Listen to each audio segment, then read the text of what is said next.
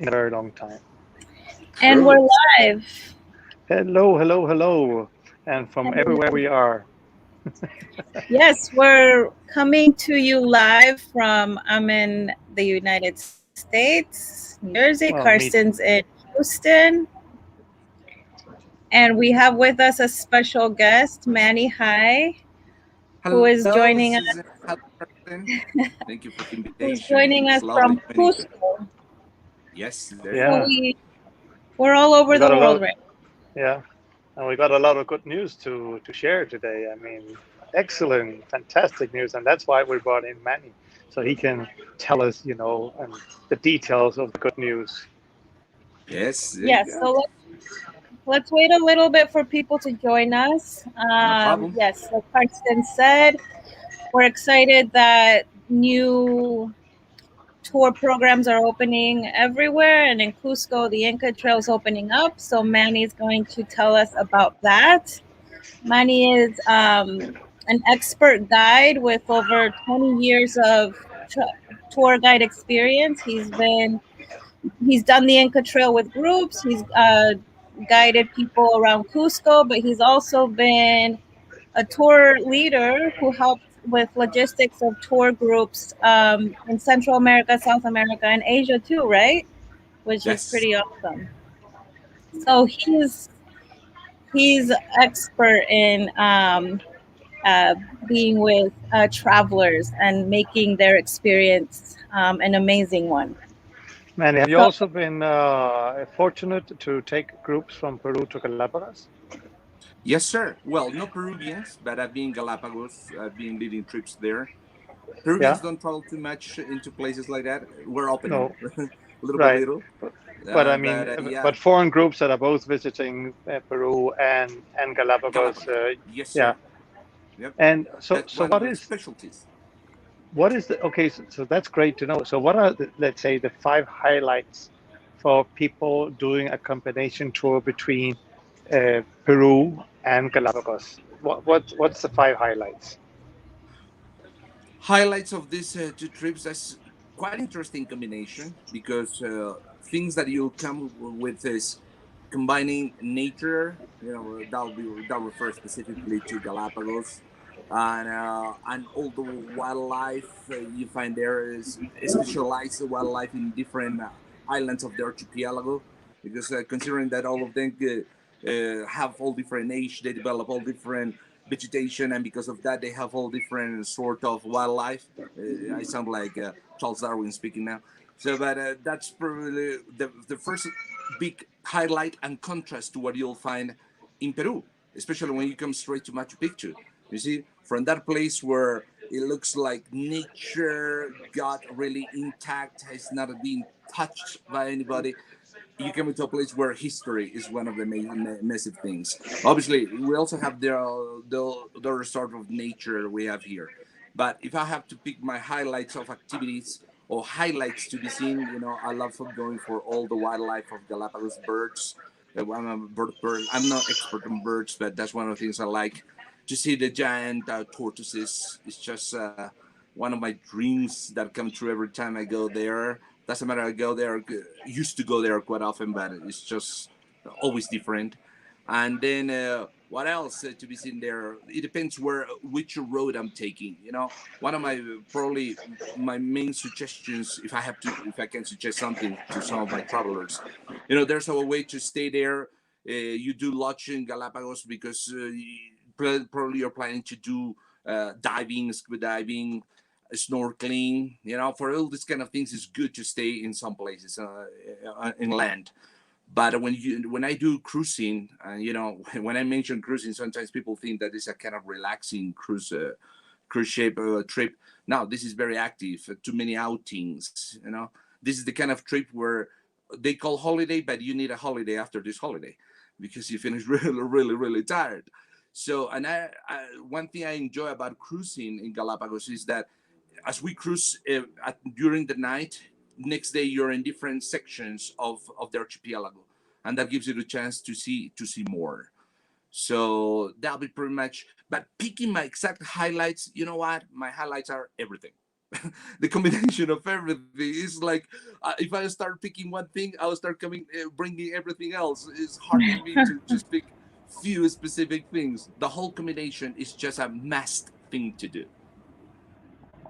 Amazing. Excellent. Well, thank you very much Oh, those pleasure. insights. But I assume the food in Peru is better than in Galapagos. Uh, well, Peru is well known for all our variety of cuisine, but you know what? That will be a good thing about travelers. If you really consider food an issue, stay home. But the idea of travelers is you go and experience whatever's available. Food is great. But I know you got a good point, because for Peruvians, where we have such amazing variety of cuisine, where might be the most varied cuisine or gastronomical center now nearly on the world, because we're just recently known. See, but when you grew up with these kind of things, sometimes it's a bit hard to find something that compares to what you do in a country like this. Yeah. But as a rule of traveler, and that's something for myself, I just go on with what I find. Food is good. I mean, if I go to Galapagos, I enjoy all the seafood there. I mean, no questions about Excellent. it. Good. Cool. You All need to right. be Well, adaptable. before, That's yes, true. of course. Well, before we Well, go to the surprise and the highlight of the day, we got some questions, no, Susanna?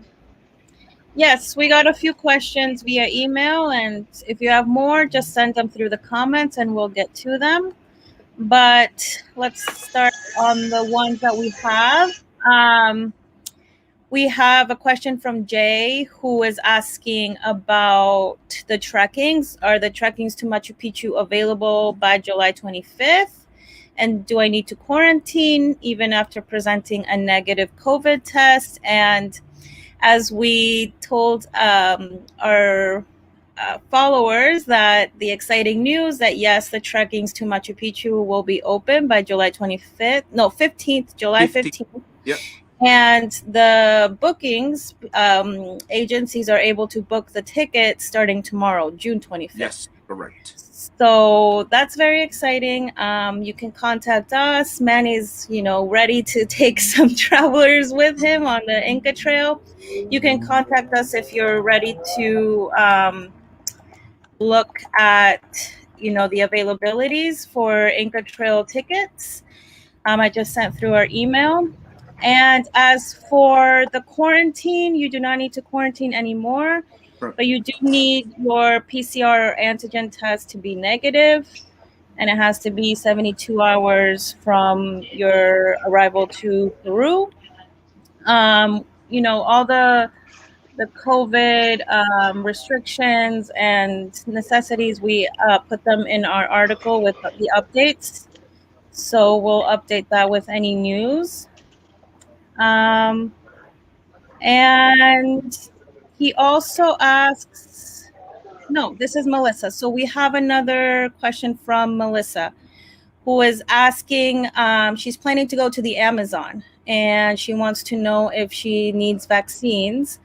And for the Amazon, you don't need vaccines, but you are recommended to do the yellow fever. It's a good idea to do that, but check with your, country embassy, the protocols that, that your country not requires, but encourages. I would definitely say if you are planning to go deep into the jungle or down up the small rivers, let's say 100, 200 kilometers outside of Iquitos or so, it's recommendable that you get the yellow fever. But if you stay around just the city of Iquitos, then you might not need it, because it's still costly and sometimes there are some side effects when you get it. So it's more like if you go deep into the jungle, I think you definitely should consider to get one. Yes. And she's asking also about restrictions in Peru. What is it that you need? Face masks out in public is required. Double face mask and a shield for very dense places with a lot of people. And there's a curfew, but that depends on the areas you're in. So whether it's high risk, moderate risk, high risk, very high risk, or extreme. the curfew changes. In Lima right now, it's 11 p.m. to 4 a.m. Um, Sundays aren't closed, so please check our article where you can see only in extreme risk areas are Sundays is social immobilization. But in other areas like Lima and Cusco, it's just you can't do private transportation, so take out your own car. But there are things that are open, and everything with restricted uh, population. So like there's capacity, I mean. So you can check our article to look at the details of what area you're going into. And maybe Um, also good to mention that all our tours are running on Sundays. So even though that there is a public lockdown for Peruvian residents, if you have booked a tour with a verified travel agency like ours, then you are allowed to do excursions and explore Peru also on Sundays. yes. Um, and then one more question from Bonnie. She's asking how I can fly to Peru from Brazil. And unfortunately, the flights directly from Brazil, India, and South Africa are still restricted, so you can't come directly. You can travel to another country, quarantine, and then travel to Peru and quarantine again. But again, that's up to you if you want to go that route. But again, we will let everyone know when the travel restriction from Brazil lifts. Yeah, and I think most countries in South America do not allow Yeah. flights or passengers from Brazil to arrive to their country. So it's really, really, really, really complicated. But when it's opening up, then we're ready to receive everyone from Brazil. Yes. And those are the only questions we have. Sheila's saying hi to us in the chat. If you guys want to send your questions, definitely do so. But we're excited to hear more about the Inca Trail from Manny. Manny, do you want me to show the map and you can tell us a little bit? We're looking at the 4-day Inca Trail route, right? That would be great. Lovely. Thank you. Yeah, and if you can tell us a little bit about that experience. And this is the map. That's Well, good news for everyone, and good afternoon, by the way, to all of you. Greetings to all of you from Cusco, the most beautiful city in all over South America. Well, I'll always say that because I'm from Cusco anyway. And you know what? The really good news about this is that, well, the Inca Trail is finally open. Well, it's going to be officially open on the 15th of July. Obviously, there's some little restrictions that comes with that. One of them, just for you to know, uh, before COVID, it was available to have, or it was we were actually allowed to have 500 people a day hiking Inca Trail, and this 500 includes tour guides and porters and cooks, part of the team. But now we have reduced everything to 50%, meaning that only 250 people will be allowed to get in the Inca Trail every day. And also campsites that you can see in the map, and we'll be talking about them. So they reduce the capacity to all of them to 50%. So what also that includes some sort of protocols for all of us guides, which is more like one guide is allowed to take only 8 people with them. And it was like that before, but we could actually organize or consolidate groups before. But this time it's going to happen that we should go like individual groups.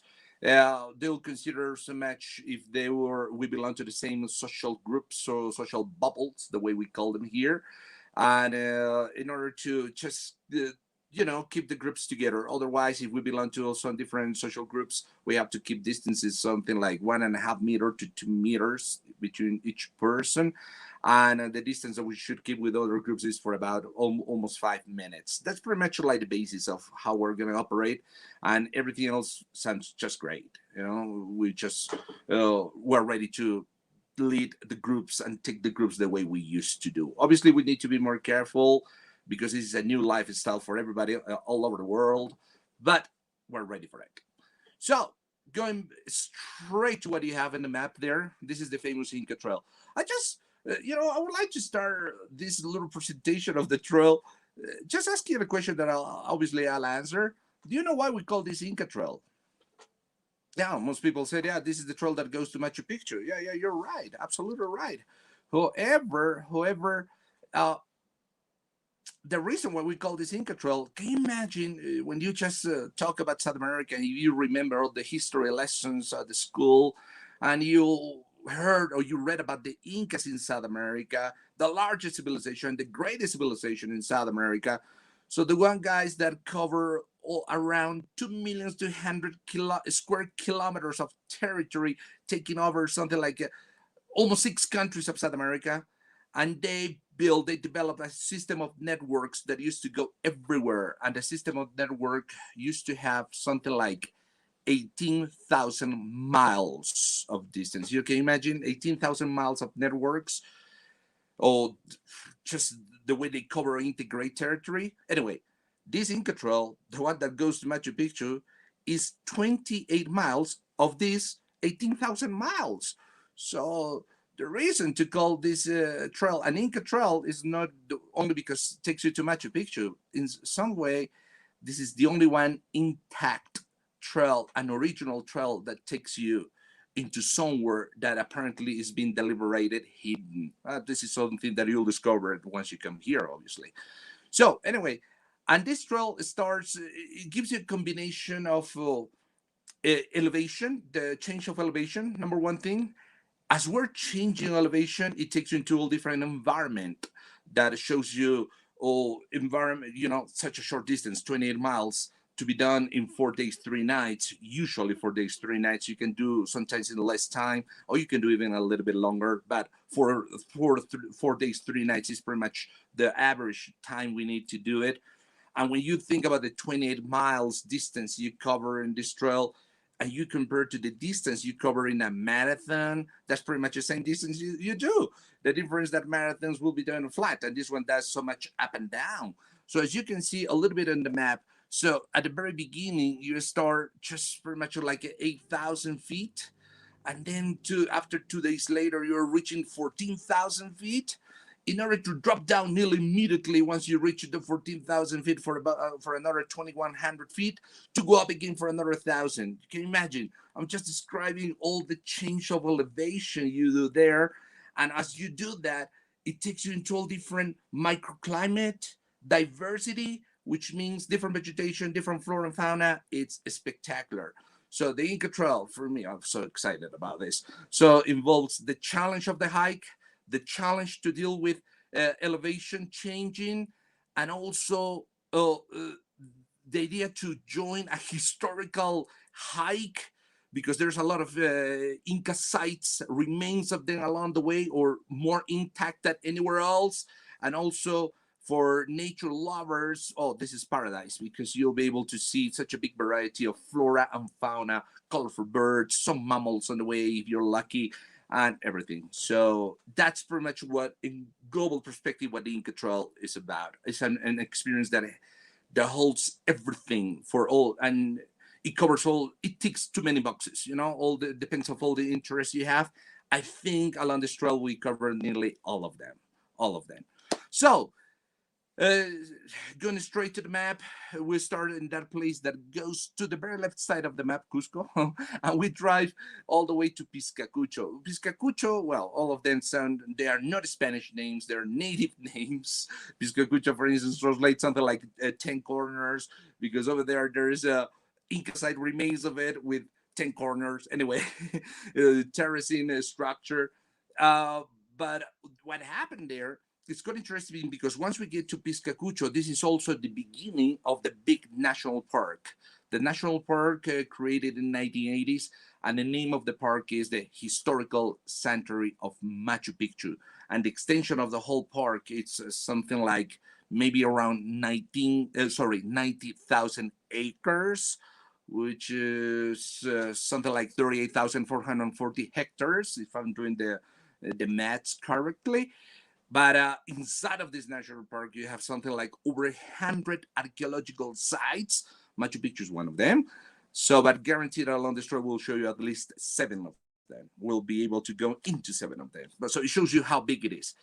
And being the beginning of the national park, the getaway to the national park, the only way that you can explore all the national park is going either by train that goes straight to Machu Picchu, the town, by the way, or you can do the hike. So, meaning there is no road that goes from that point to Machu Picchu, but it's a good way to get there by road because the road ends up there. That particular point where the road ends up is the beginning of that hike, the one we're going to talk about, or the turn right to Machu Picchu.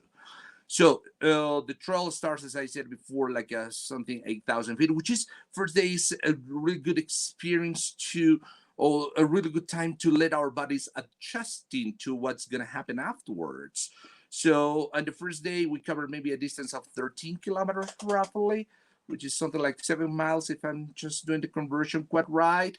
And when you just look at the map, it will be somewhere down below Tarayok, which is a place we known as, it's called Guayabamba. Well, sorry for the names. They'll be so funny, the way they sound sometimes. But anyway, once you get to Guayabamba, we're doing this climbing, this change of elevation from almost 8,000 up to 10,900 meters, roughly. So, which at the end of the day is almost the same elevation of Cusco, the city where I am. You know, Cusco is 11,200 feet, exactly where I am right now. So, but for that first day, you notice that it's a really good opportunity to let the body adjust to the environment little by little. So that is pretty exciting because everybody's already in the Inca Trail. By the way, to that particular day, there's still chances to see people, villagers who were uh, settled down the place before the national park was created, which is the only people allowed to be and live in the area. So as time passes on, I mean, it's interesting how people deserve to develop more better living conditions somehow. You know, it's not strange to find nowadays motorcycles along the road in the Inca Trail, but obviously it's not allowed for us hikers and guides to do that. It's just only for these people. No, not many, but it's curious to find something like that. Anyway, this is Guayabamba, the place where we have our first night. Usually, it's our first night.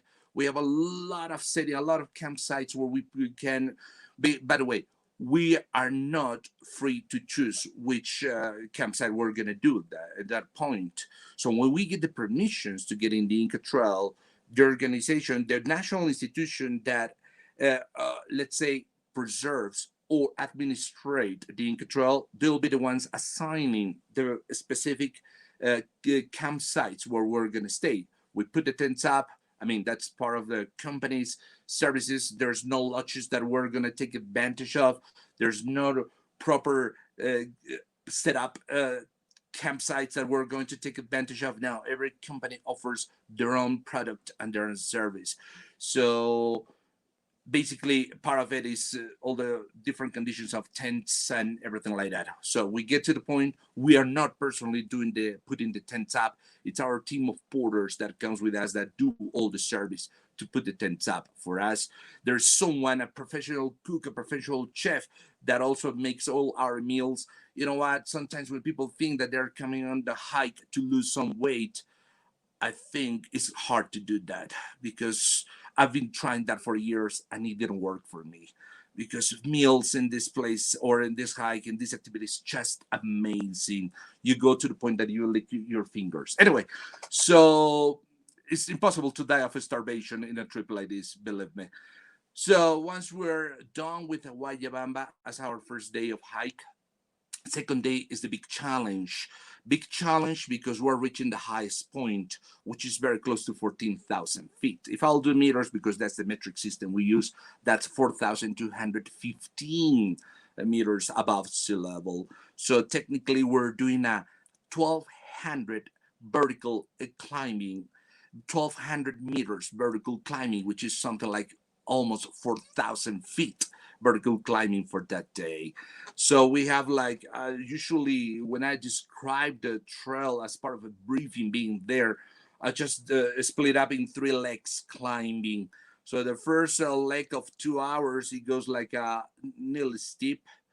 The second leg of another 2 hours is even a little bit steeper, but that goes through a beautiful cloud forest environment. But it's amazing to build. You're thinking, you know very well that you're gaining some elevation, but going through this amazing forest is when you find how the trees provide all the oxygen that you really need. So when we know that technically going up, you start losing oxygen and the oxygen levels are reducing, by going higher and going through this forest, you can expect, you can imagine how helpful the oxygen of the trees will be for you. You see? So that's the second leg. There is a point where we stop there, known as Yulucha Pampa. I love this funny names. It's actually there in the map. And that's just right before Warmiwanyuska. Warmiwanyuska is the name of the highest point. And from there, the last 2 hours leg of climbing up to the highest point, which is a variety of inclination, gentle, steep. So doable. We have actually all day to do it. And what the name Warmiwanyuska is like a little bit scary. Warmiwanyuska translates as the Dead Woman Pass. But why are you going to call a place like that, a specific point like that? No, no worries. Nobody really died there. It's just the mountain's profile that gives you the shape of a lady laying down. So, but it sounds much more impressive to call it Dead Woman Pass. So, once that we gain that elevation, once we beat the climbing and we're right up there, the first big descent starts for the second campsite.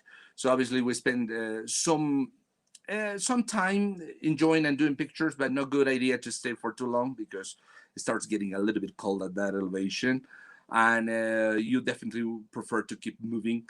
And the next spot and second campsite will be Pacaimayo, that translates as the hidden river.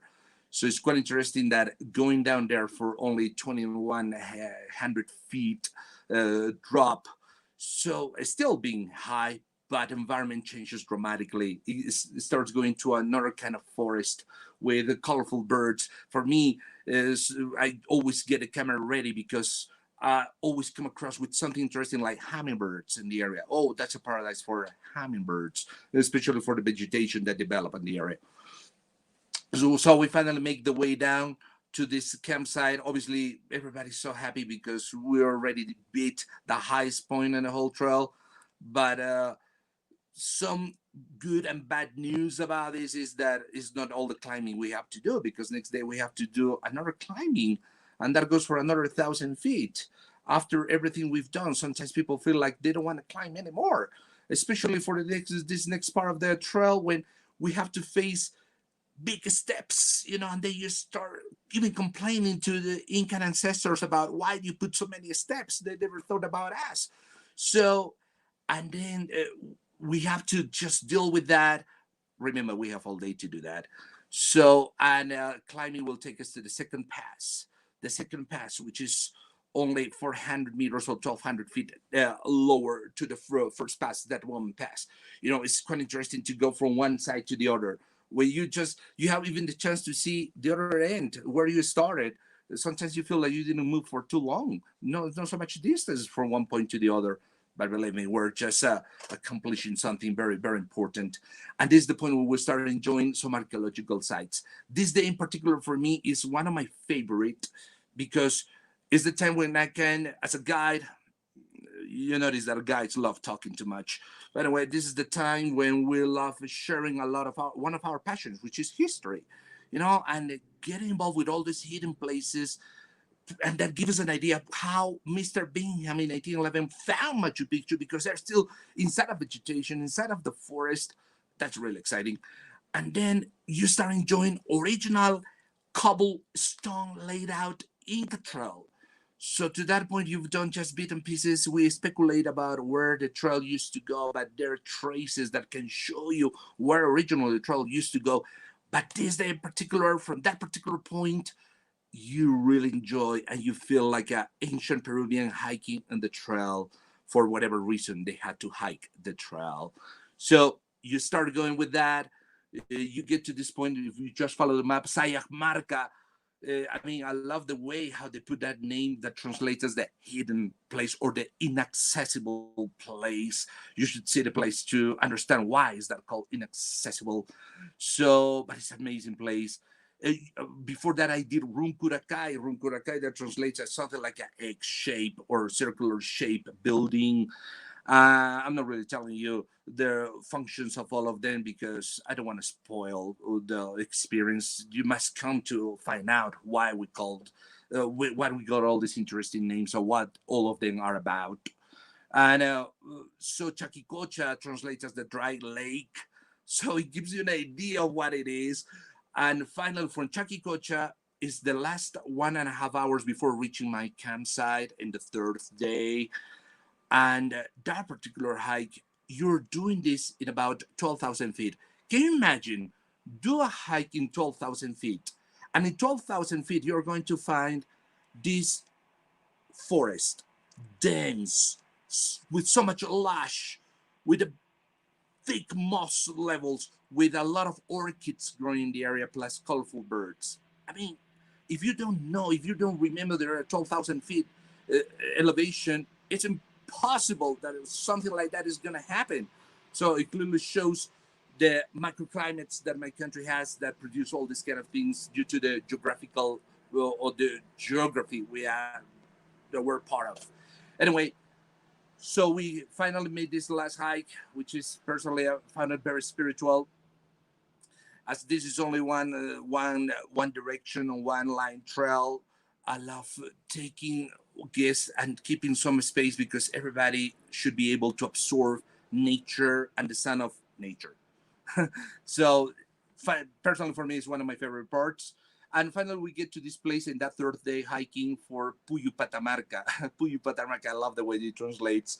Puyu Patamarca is that last high point before reaching Machu Picchu next day. Elevation there goes around 12,000 feet. That particular point is overlooking the mountain that overlooks at the same time Machu Picchu. You know, Machu Picchu is the name of that mountain, and the city itself, the archaeological site, is laid out on the slopes of that mountain. And we're looking from this particular point, the summit of that mountain. That when I do just this perspective, Machu Picchu, the site is down below here.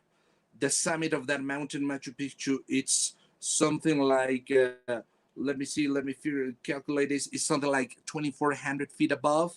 And the campsite I'm talking about, it's something like 1,500 feet above the summit.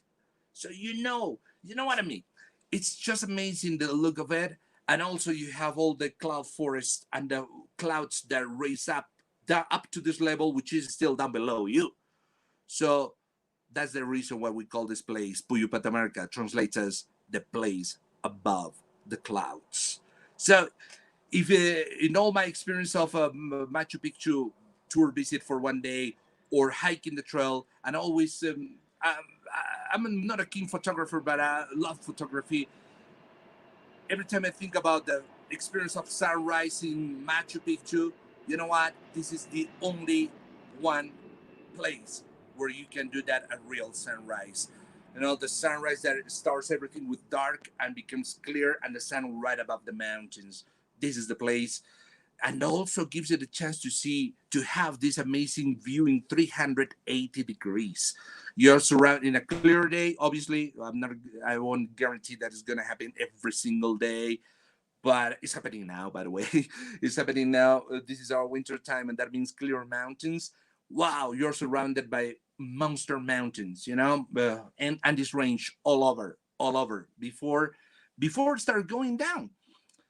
So that was the third day. I'm waking up for that third day. It's a day when I don't really want to wake up because I want to stay there. It's like a dream that comes through there. It's like living the dream there, by the way.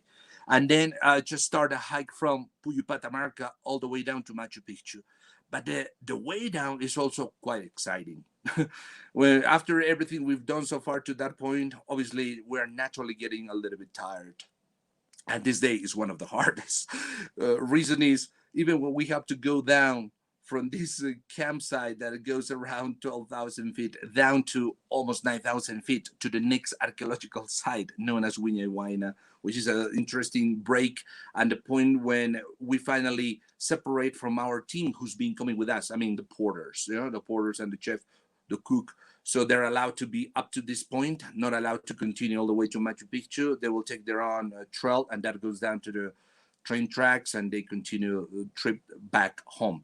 But anyway, the way down of this involves a lot of stairway, a lot of stairway, obviously designed by ancient Peruvian, by Incas, and I tried counting the steps, never finished counting them. I mean, I just end up doing something like 2,400 plus steps. But after all the hike we've done to that point, sometimes we feel like we want to do something much softer.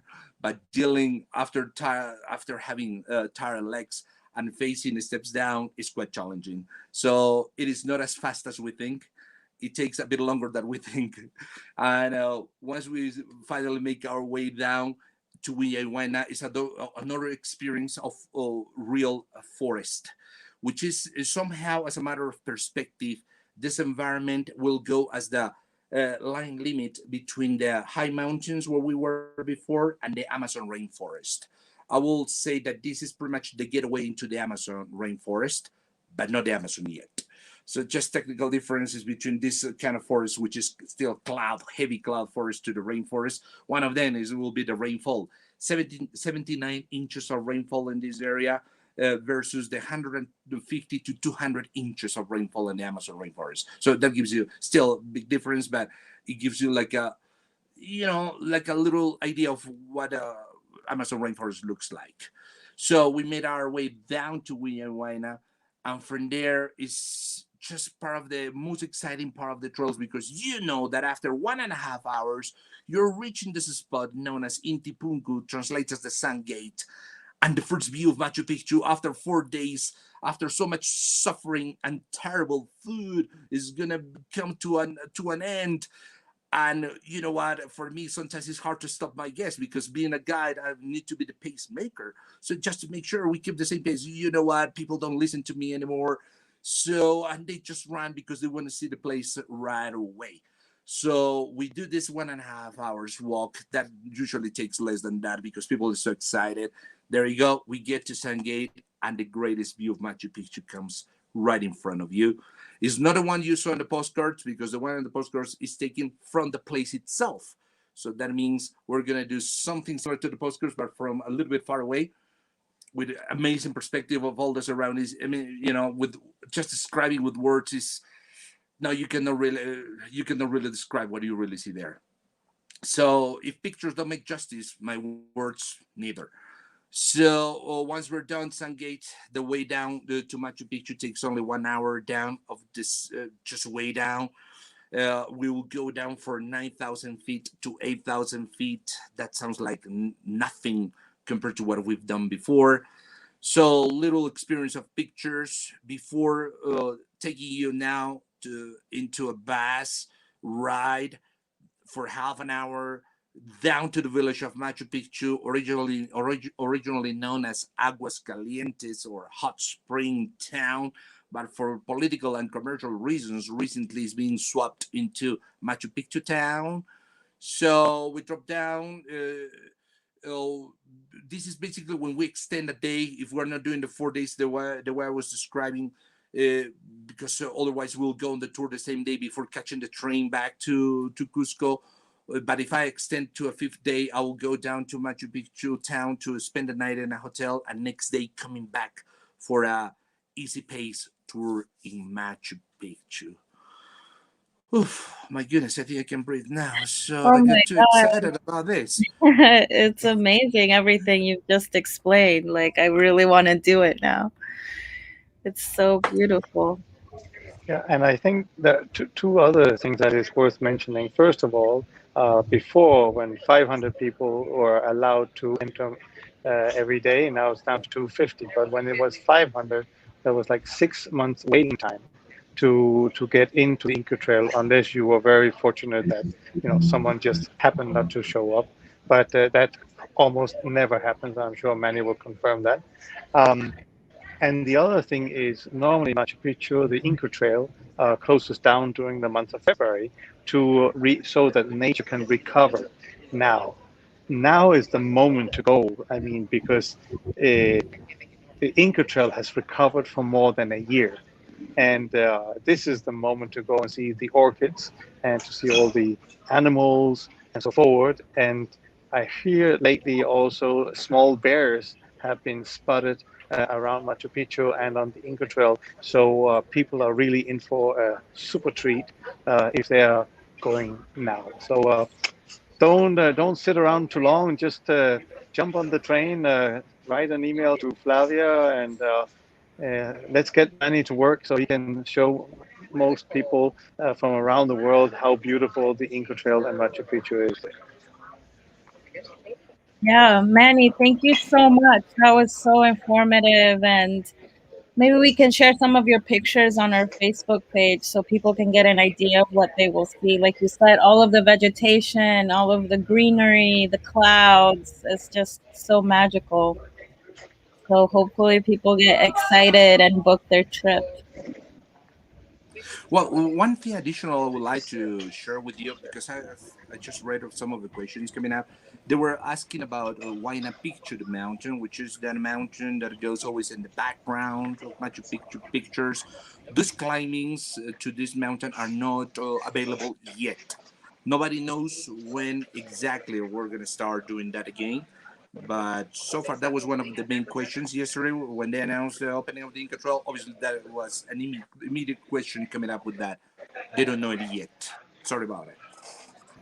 Hopefully it opens soon. Yep. Very cool. And we had a question before. Some travelers were doing hiking in different areas in Peru, and they were questioning, what are the safety protocols in terms of if something happens to a traveler and someone who's on the hike?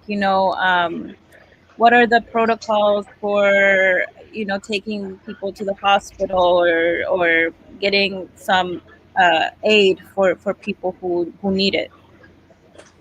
Well, certainly in some places like this one, in particular Inca Trail, we have park rangers.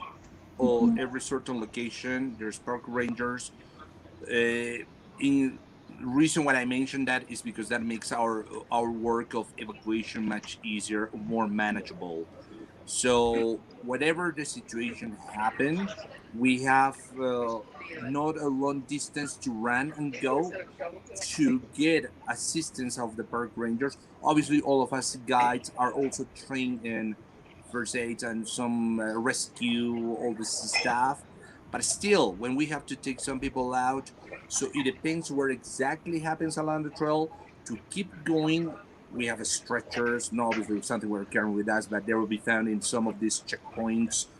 And so depending on whether that happens, as I said before, we can either go back or continue going and taking the shortcuts we know in order to even catch the train. If the situation involves that we have to do it ahead, keep going ahead, we have to find the shortest way to catch the train and taking them back to Cusco for proper medical support. Otherwise, can be sorted out in the small hospital in town in Machu Picchu. But the best hospitals obviously will be in Cusco. I mean, we had situations like that. So, but I think we've been always prompt to sort them out. As I said, Cool. we're kind of prepared. For other places where they are not as well developed like this, there can be consequences, So that's why it's very important to, before going to one of the hikes, search for what's the conditions, how well organized all of them are.